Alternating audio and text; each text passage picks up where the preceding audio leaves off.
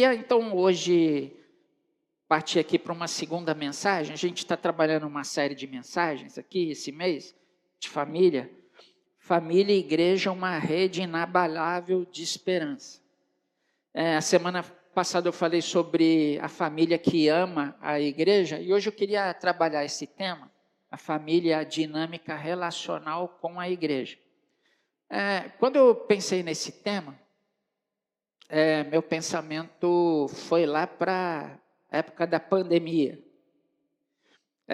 Foi um tempo caótico, não é? Para toda a humanidade.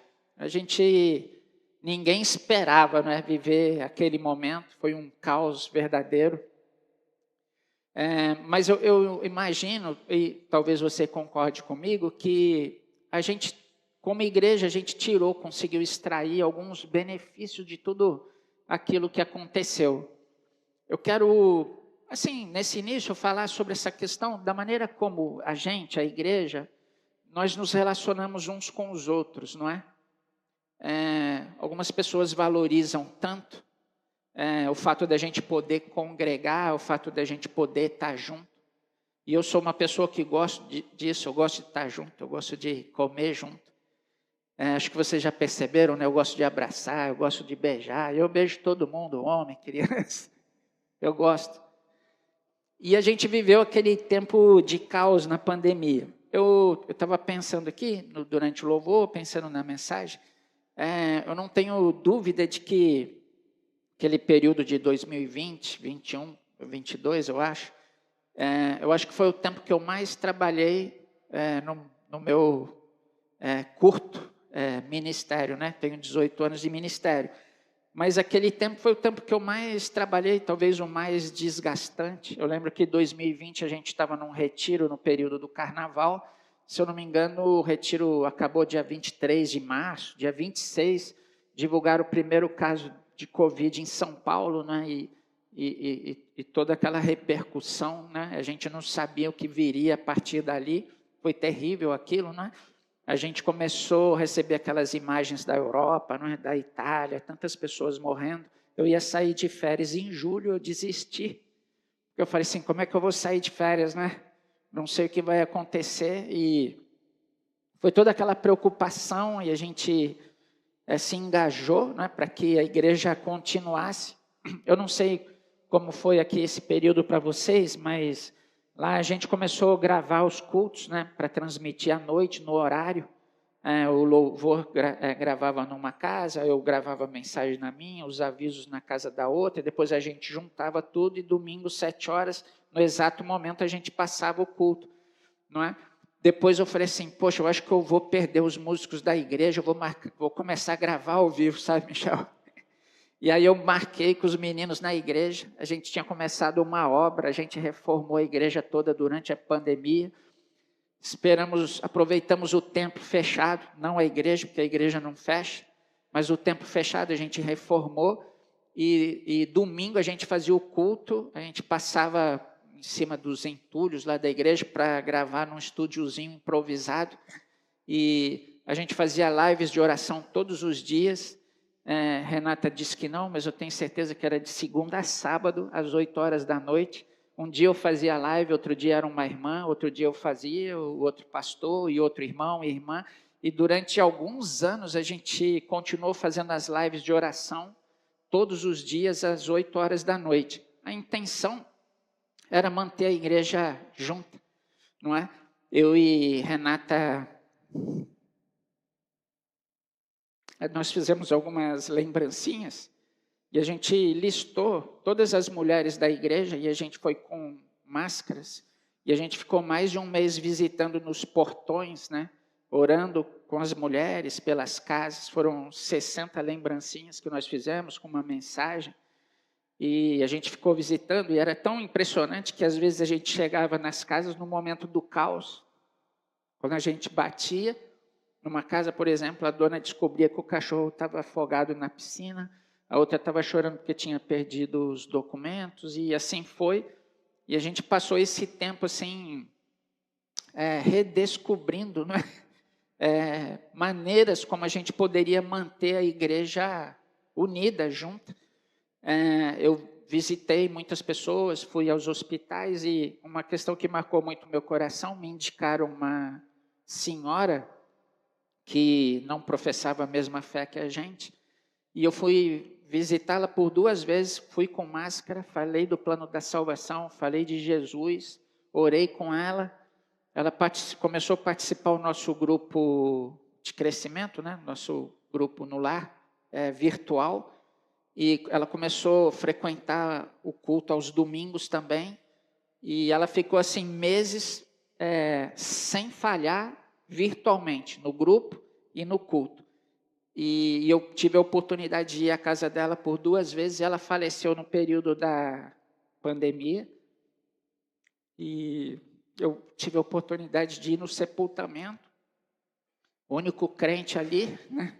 Não me manifestei no meio daquela cerimônia ali, mas assim, com gratidão no meu coração, porque a gente descobriu que a gente pode ser igreja no meio do caos, não é?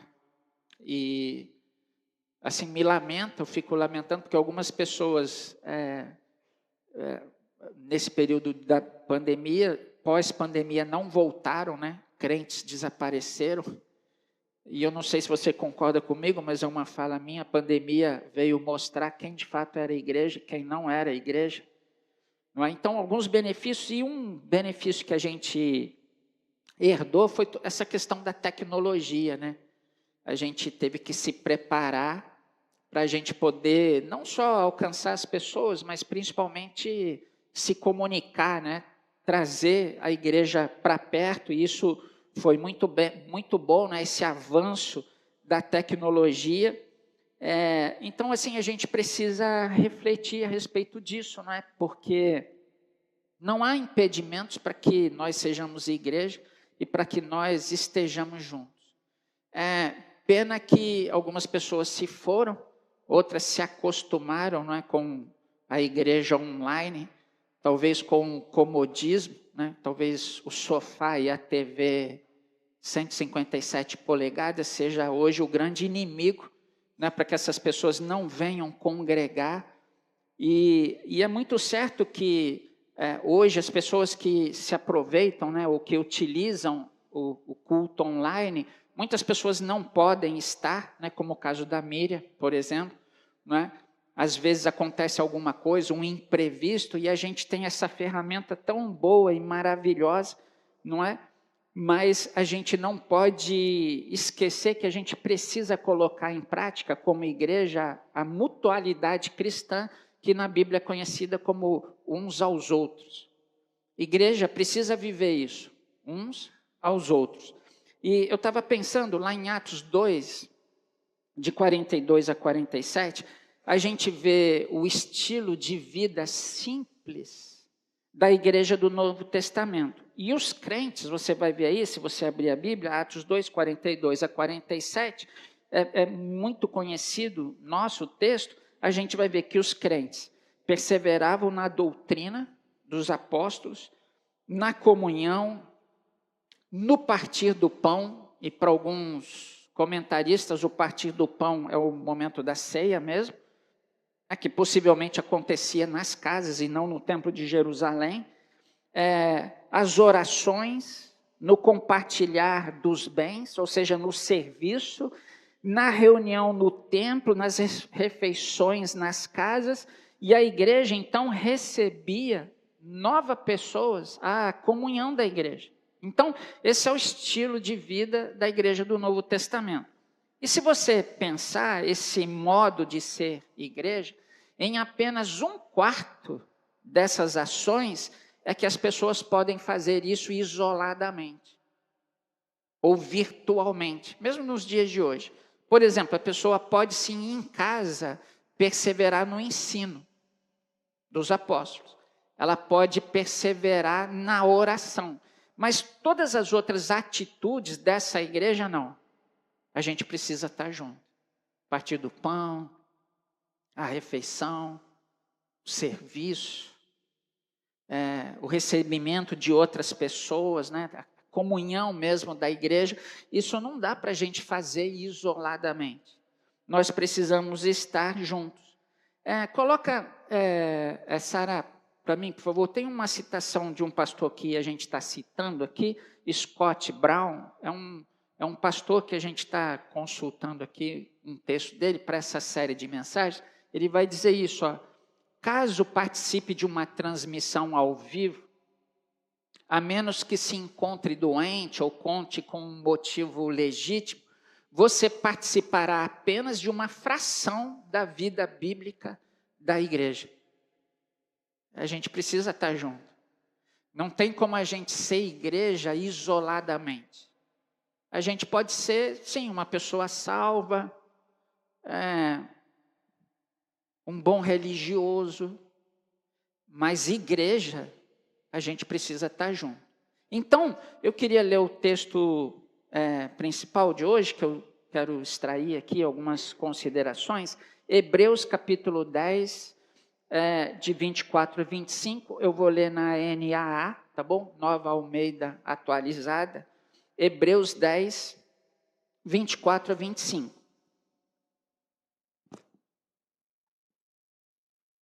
É um texto que a gente conhece também. Hebreus 10, 24 e 25. O texto diz assim: cuidemos também de nos animar uns aos outros no amor e na prática de boas obras. Não deixemos de nos congregar, como é costume de alguns. Pelo contrário, façamos admoestações ainda mais agora que vocês veem que o dia se aproxima.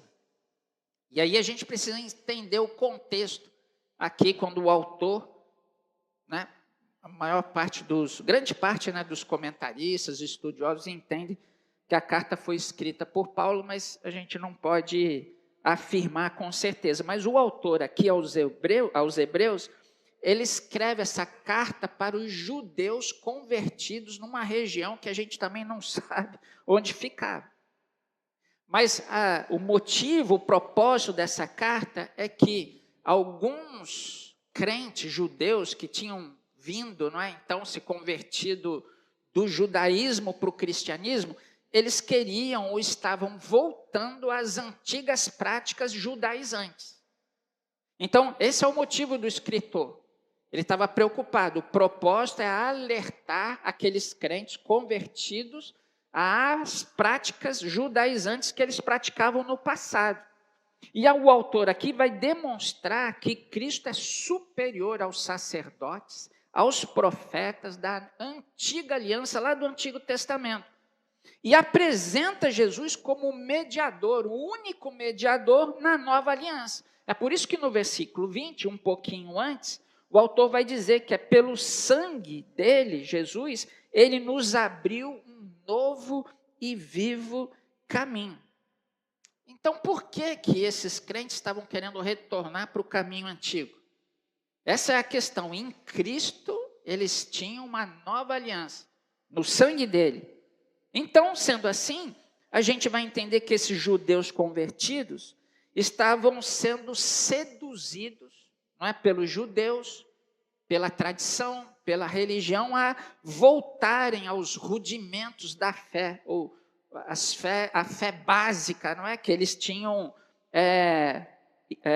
praticado antigamente. E essa fé judaizante, então, o que o autor vai dizer é que Jesus havia superado em todas as coisas. A gente viu hoje de manhã que as leis cerimoniais não precisam ser praticadas porque elas se cumprem em Jesus. E esses judeus convertidos estavam querendo voltar isso. Então, quando a gente olha para o versículo 24 e 25, o autor está justamente encorajando os crentes para que eles não vivessem isoladamente dos outros. O autor aqui está querendo trazer a importância da igreja viver junto, unida.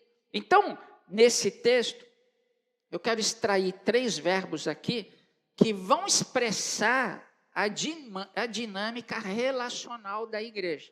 E a igreja somos nós. Então, 3 verbos que eu vou extrair aqui do texto. Primeiro, o verbo animar. Na revista atualizada está estimular, não é? 24. Cuidemos também de nos animar ou estimular uns aos outros no amor e na prática de boas obras. Então, o autor aqui acreditava fielmente que diante dessa sedução dos judeus para atrair os crentes, não é? Eles tinham como a melhor maneira para vencer essa sedução, não é?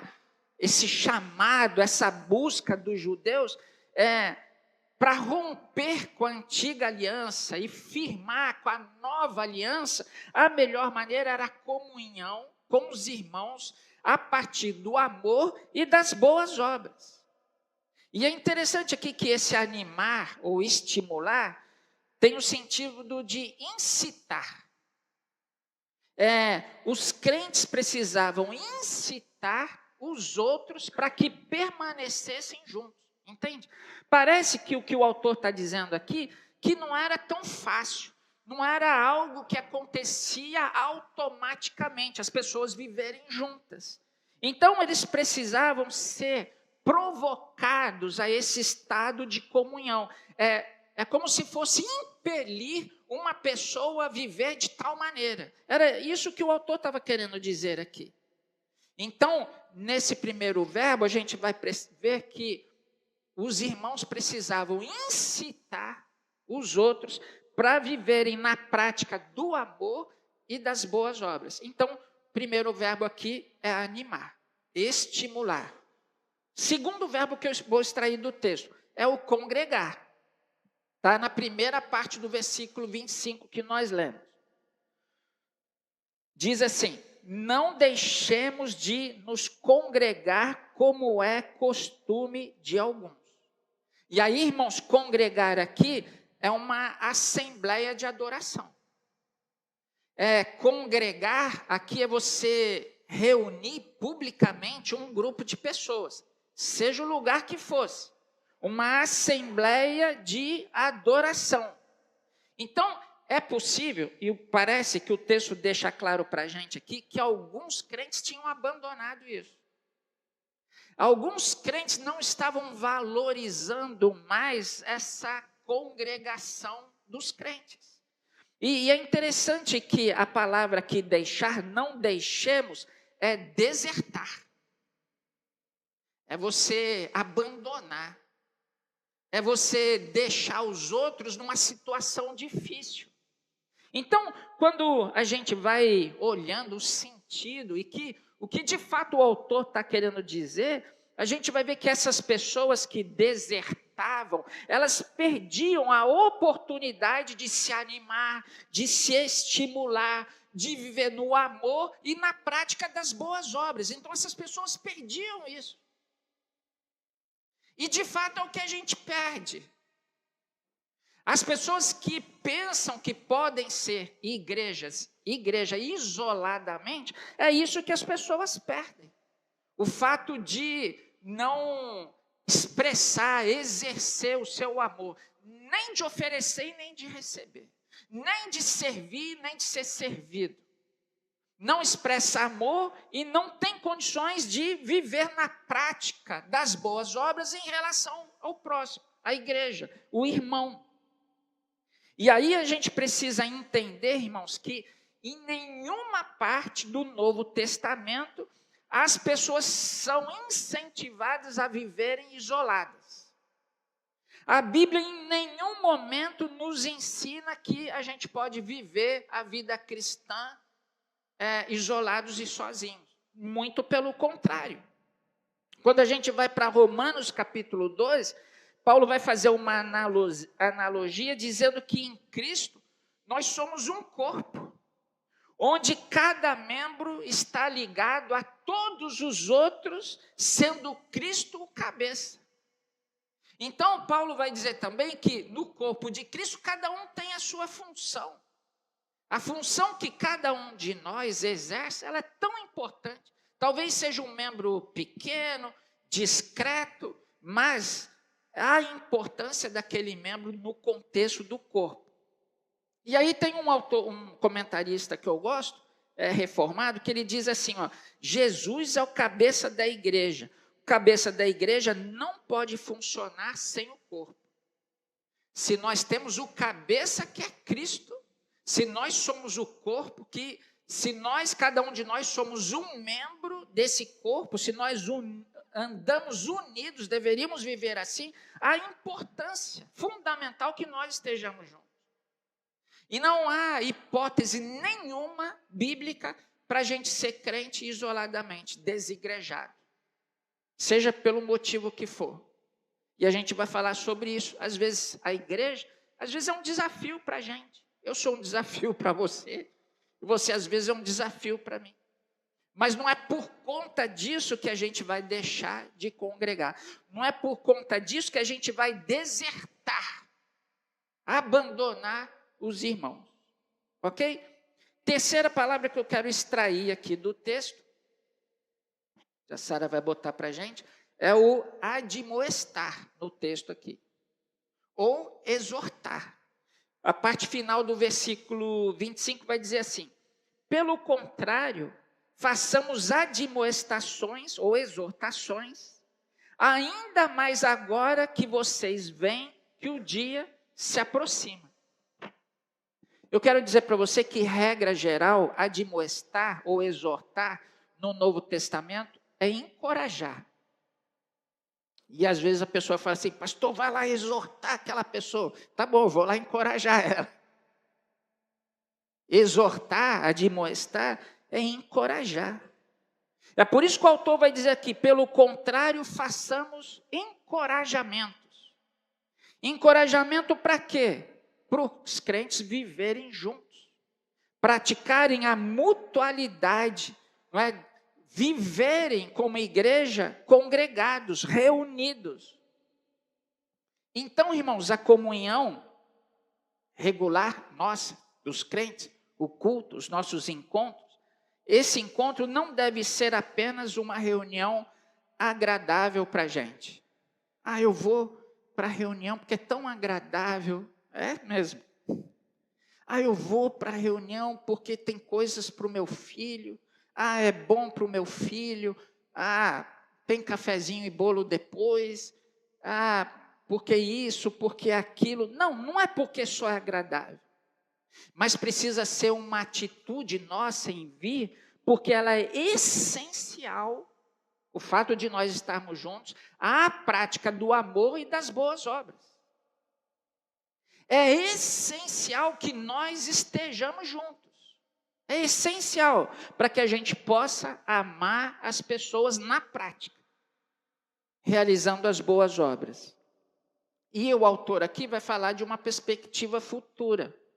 Ele fala sobre o dia do Senhor, que é a vinda de Jesus Cristo. E ele diz, vocês precisam então viver esse encorajamento, ainda mais agora que vocês veem que o dia se aproxima. Que dia é esse? É o dia da volta de Jesus. Lástima que algumas pessoas, alguns crentes, dizem que não esperam mais esse dia aqui. Não atentam para esse dia, o dia do Senhor. Não esperam. Não almejam. Parece até que em alguns casos que se Jesus voltar, estraga tudo. Minha vida está tão boa, está tão próspera, tudo dando certo a Jesus. Espera um pouquinho. Afinal, quero ainda casar. Ou coisas semelhantes. Mas o autor aqui está trazendo então esse outro encorajamento. Para a gente não tirar os olhos do futuro. A gente precisa manter isso vivo no nosso coração. Que Jesus prometeu. Que ele subiria aos céus, estaria ao lado do Pai, mas um dia voltaria para buscar a sua igreja. E ele vem. Aí eu vou dizer o seguinte, eu vou falar assim, e ele vem, você fala amém, tá bom? E ele vem. Isso. Eu costumo dizer, não sei se eu já disse aqui, não é? Eu estou com 59 anos. E eu lembro da minha avózinha Nina falando assim, Aldinho, você precisa ser um bom netinho, porque Jesus está voltando. Aí vó Nina foi para Jesus. Aí minha mãe, Aldinho, caminha direito.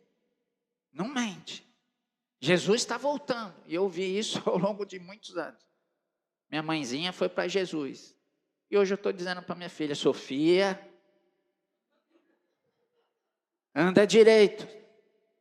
Arthur, anda direito. Gigi, B, anda em direito. Jesus está voltando. Amém? A gente precisa ainda pregar isso, porque é verdade bíblica para a vida da gente. E enquanto ele não vem, e quando ele vier, nos encontra então como uma igreja que se relaciona com a prática do amor e as boas obras. E nós fazemos isso juntos. Né?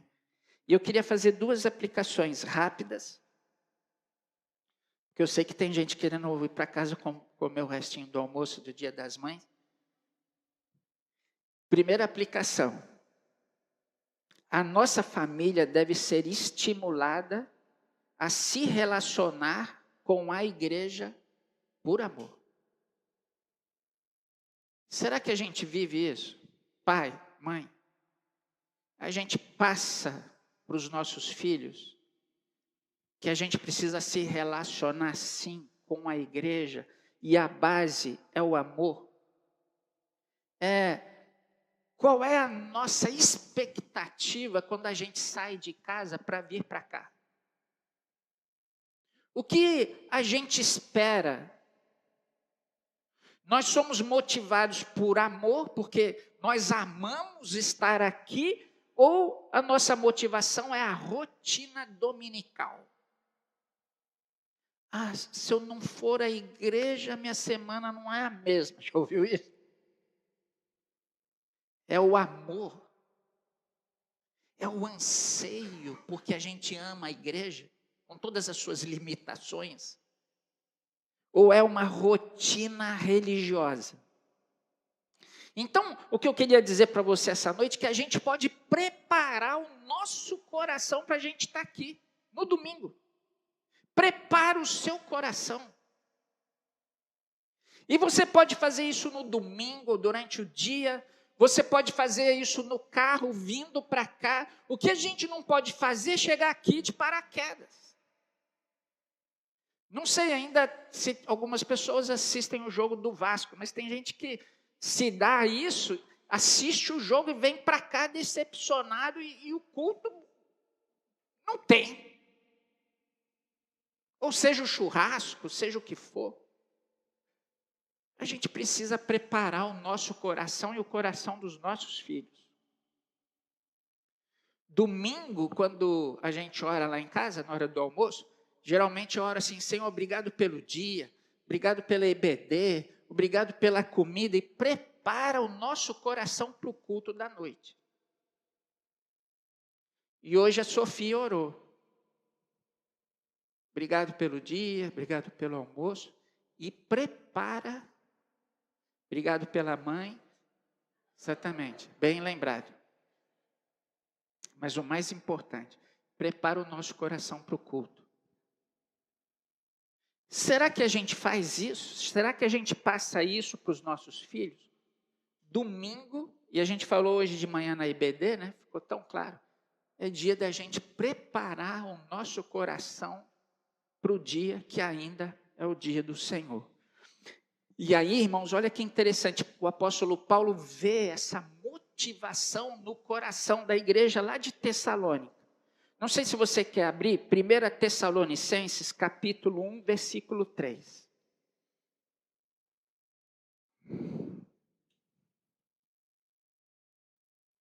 Primeira Tessalonicenses, capítulo 1, versículo 3. Logo no início, não é? Paulo fazendo uma saudação, olha o que ele diz dessa igreja, ou a respeito dessa igreja.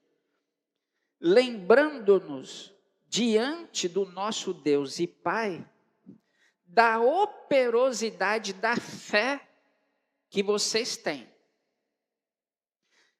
Uma igreja operosa na fé.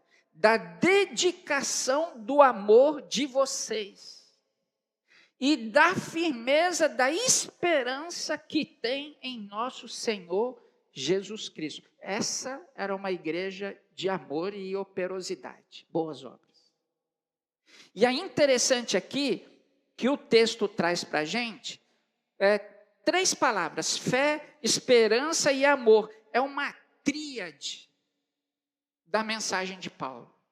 Paulo, em alguns textos, traz essas expressões: fé, esperança e amor. Se a carta aos Hebreus for de fato a autoria de Paulo, no capítulo 10 que nós lemos, no versículo 22 ele fala sobre fé, no 23 ele fala sobre esperança e no 24 ele fala sobre amor. Era uma igreja que tinha isso como base. E aí eu quero trazer a primeira carta de Paulo aos Coríntios, capítulo 13, versículo 13. O último versículo do capítulo 13. Agora, pois, Paulo dizendo, agora, pois, permaneçam a fé, a esperança e o amor. Estes 3, porém, o maior deles é o... E é isso que a gente precisa colocar em prática no nosso dia a dia. Quando nós nos relacionamos como igreja, o amor precisa estar em alta. E olha que interessante. Veja como Paulo fala em 1 Tessalonicenses 2, versículo 17. Vê o sentimento do apóstolo Paulo no que diz respeito a essa igreja. 1 Tessalonicenses 2, 17, um pouquinho à frente. E nós, irmãos, estando separados de vocês por breve tempo, ficando longe dos olhos, mas perto do coração, com muito mais empenho e com grande desejo, procuramos ir vê-los pessoalmente. Olha o desejo do apóstolo Paulo. E na NVI vai dizer assim: procuramos ir vê-los pessoalmente, pela saudade que temos de vocês. Então, irmãos, é esse sentimento que a nossa família precisa ter. É esse sentimento que a gente precisa passar para os nossos filhos. O relacionamento com a igreja com base no amor, nas boas obras, na mutualidade da vida cristã. E às vezes falta tanto isso. Segunda e última aplicação para a gente orar. A igreja, aí diz o Scott Brown, né? A igreja é uma instituição que se reúne face a face. Para a gente ser igreja, a gente precisa conviver face a face, a gente precisa estar junto. Por isso que há tantos anos eu valorizo o grupo de crescimento, o grupo de discipulado, o café depois do culto, a visita, seja lá o que for, que nos aproxima. Sabe por que, irmãos, culto, relacionamento de culto à noite e EBD, é superficial nesse sentido. Ninguém se relaciona ou se conhece somente de domingo à noite, precisa ir além. A vida cristã exige de mim e de você muito mais do que o culto à noite.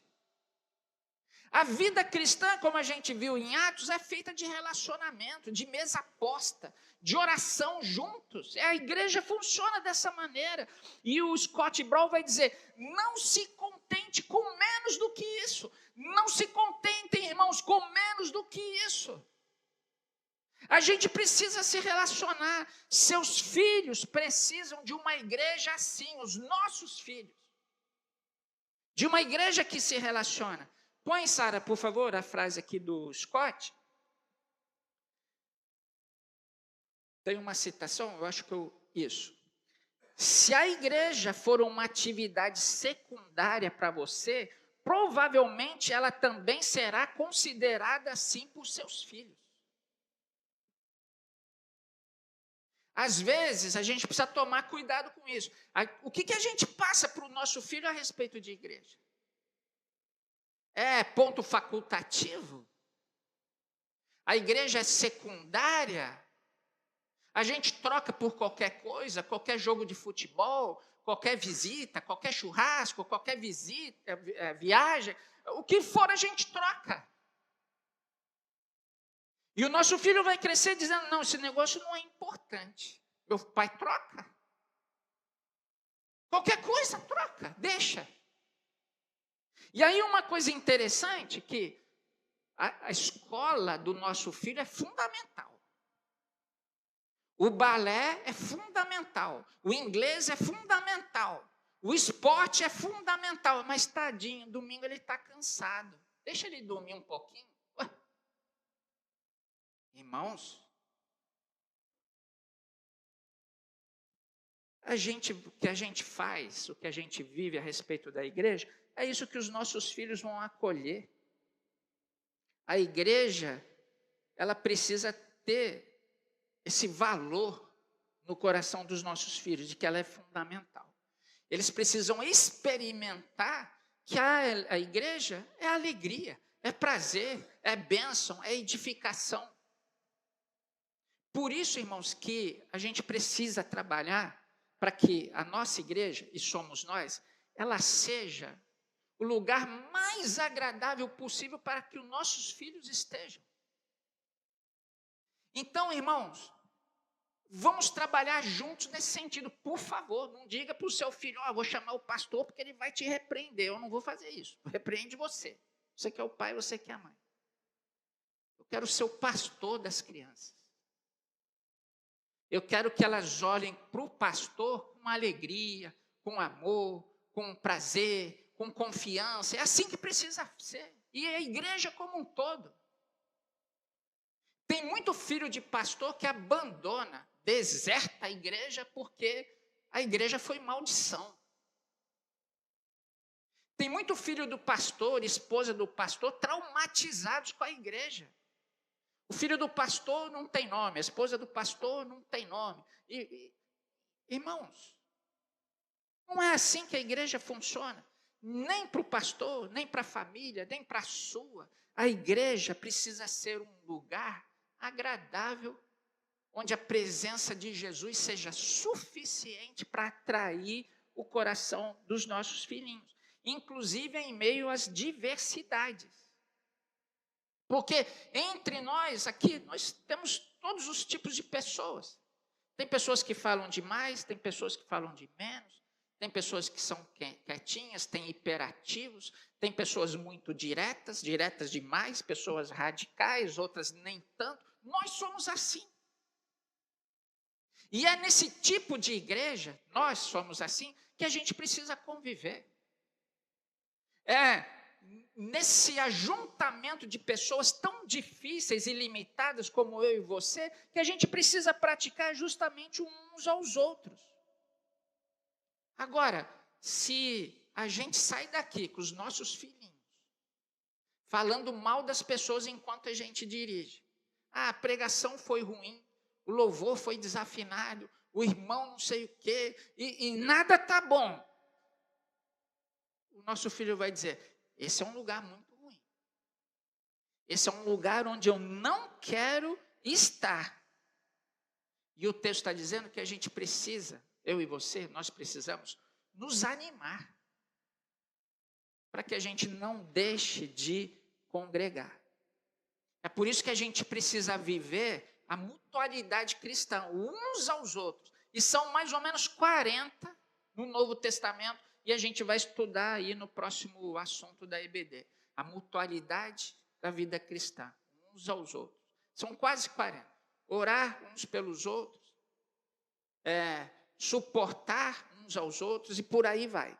Gálatas capítulo 5, versículo 15, vai dizer assim: mas se vocês ficam mordendo e devorando uns aos outros, tenham cuidado para que não sejam mutuamente destruídos. Tem crente que morde e que quer destruir.